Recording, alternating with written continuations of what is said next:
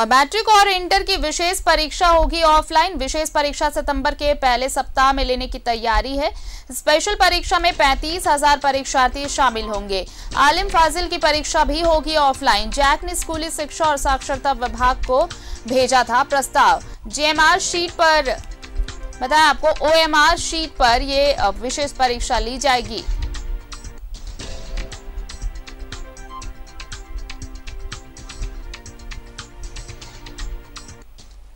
और चलिए सीधे रुक कर लेते हैं अपने सहयोगी अंजनी का। इस वक्त हमारे साथ जुड़ रहे हैं रांची से, सीधे उनसे बातचीत कर लेते हैं। देखिए अंजनी, जैक ने स्कूली शिक्षा और साक्षरता विभाग को ये प्रस्ताव भेज दिया है और अब जो कुछ एग्जाम्स है वो ऑफलाइन लिए जाएंगे और सबसे खास कि मैट्रिक और इंटर की जो विशेष परीक्षा है वो अब ऑफलाइन होगी, यानी कि बच्चों का फिजिकल अपीयरेंस होगा एग्जामिनेशन हॉल में।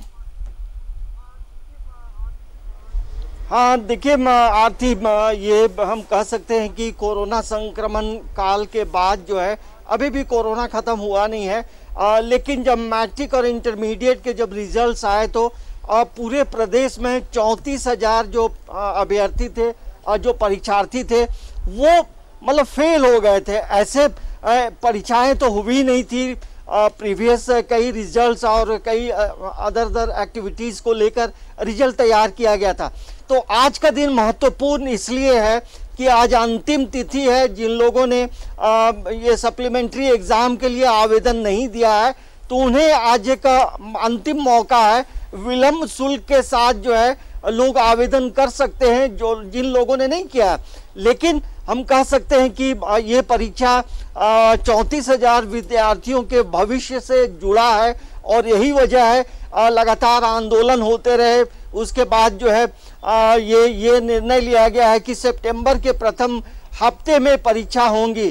तो परीक्षा होना भी चाहिए था क्योंकि एक जो फेल हो गए थे उनके मन में एक निराशा थी और ये जरूर कहा जा सकता है कि ये जो परीक्षा होगी वो OMR सीट पे होगी। जी। और हम कुछ हमारे साथ सर हैं, सर से भी कुछ बात करते हैं।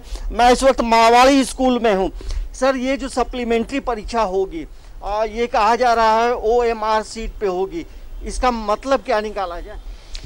इसका मतलब ये हम निकाल सकते हैं कि अभी जैसा कि कोरोना काल में हम लोग देख रहे हैं कि बच्चों को अगर परीक्षा के उपरांत जो शिक्षक होते हैं और जो कॉपी चेक करते हैं वैसे शिक्षकों का जमावड़ा नहीं लगाकर अगर OMR सीट से एग्ज़ाम ली जाती है तो निस्संदेह वो ऑप्टिकल मार्क रीडर जो मशीन होता है उसके माध्यम से सभी उत्तर पुस्तिकाओं का मूल्यांकन हो जाएगा, जिससे कोरोना काल में जो सोशल डिस्टेंसिंग और ये तमाम जो भी SOP सरकार के द्वारा जारी की गई है इससे हम लोग ये कर सकते हैं। सर ये बताइए कि अभी लगभग 34,000 पूरे प्रदेश में 34,000 अभ्यर्थी परीक्षा देंगे।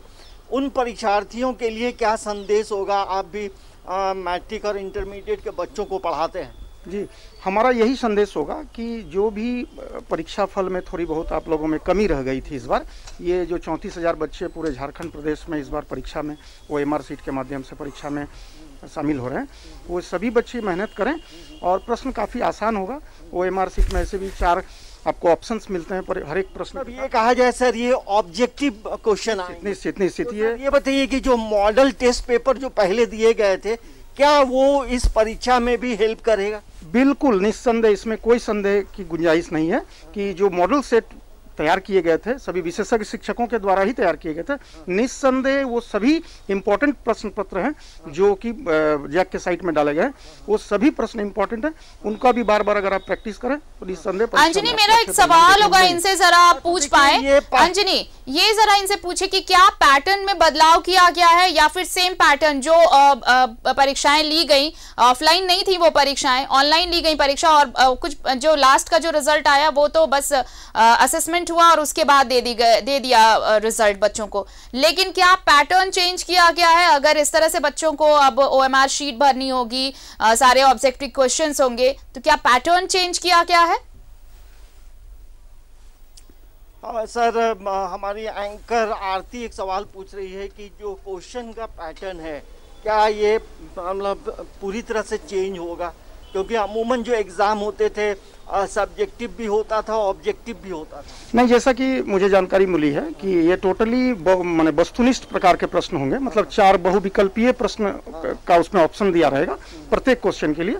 तो बच्चों के लिए काफ़ी आसान होगा। अगर वो उस चैप्टर को पढ़े हैं तो निस्संदेह जब 4 ऑप्शंस में से उनको सही ऑप्शन दिखेंगे तो उसको मार्क करने में सफल होंगे। ये पूरी तरह से हम कह सकते हैं कि जो वार्षिक परीक्षा में पूरी तरह से बदलाव है ये। हाँ, उस तरह से तो हम कह सकते हैं, क्योंकि वो प्रश्न पत्र तो कुछ अलग इसका बनाया गया था, लेकिन इस बार चूंकि वस्तुनिष्ठ प्रकार के प्रश्नों का समायोजन उसमें किया करने की बात है, तो ये प्रश्न पत्र बिल्कुल नए तरीके का होगा। देखिए आरती सर ने ये जरूर बताया कि जब OMR सीट होगी तो इसमें ऑब्जेक्टिव क्वेश्चन होंगे।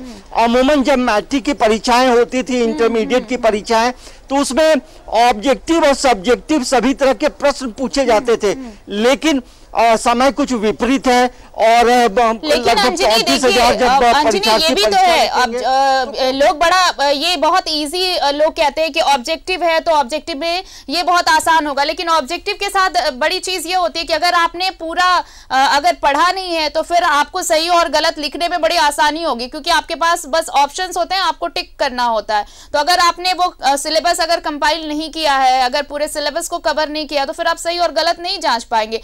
तो इसके लिए जिस तरह से इतने दिनों से बच्चों की पढ़ाई छूटी हुई है, ऑनलाइन बच्चे पढ़ रहे हैं, तो कुछ ऐसी गाइडेंस की जरूरत होगी बच्चों को इस एग्जाम से पहले, क्योंकि वो पहली बार इस तरह के एग्जाम फेस करने वाले हैं।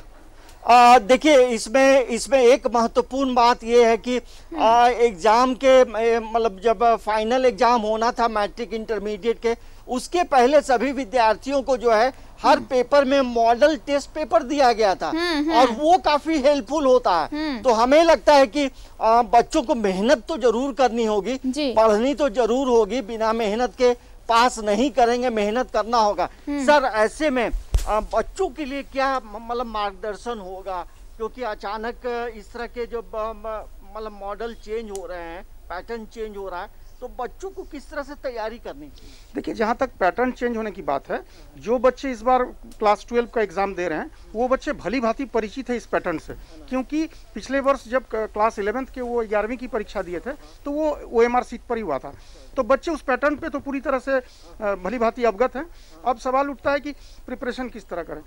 तो मेरा ये कहना है, चूंकि इसमें लिखने की कोई बात नहीं है, बच्चों को अपने से आंसर नहीं लिखना है, 4 जो उसमें ऑप्शन रहेंगे उसी में से सही ऑप्शन को चुनना है। ऐसे में बच्चे अगर कहानी को दोहरा ले, सारी चीज़ का कहानी को अगर अच्छे से दोहरा ले, जहाँ तक जैसे मेरे सब्जेक्ट इंग्लिश है तो उसमें अगर कहानी को अच्छे से दोहरा ले तो निस्संदेह उसको वो चीज़ याद आएगा जब वो क्वेश्चन में ऑप्शन को सही ऑप्शन को देखेंगे।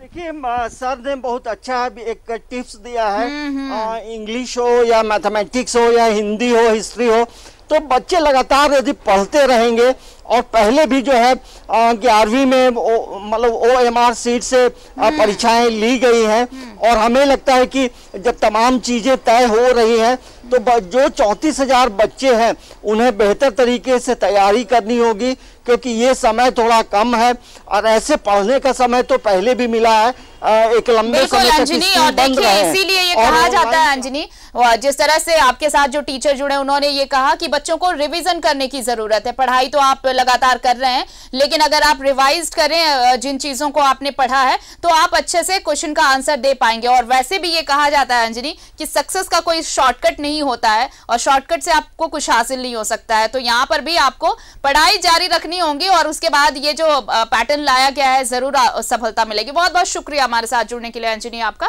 और तमाम जानकारी के लिए। तो देखिए, मैट्रिक और इंटर के एग्जाम्स अब OMR शीट पर लिए जाएंगे। ये विशेष परीक्षा है, सब्जेक्टिव नहीं होगा इस बार ऑब्जेक्टिव होंगे क्वेश्चंस।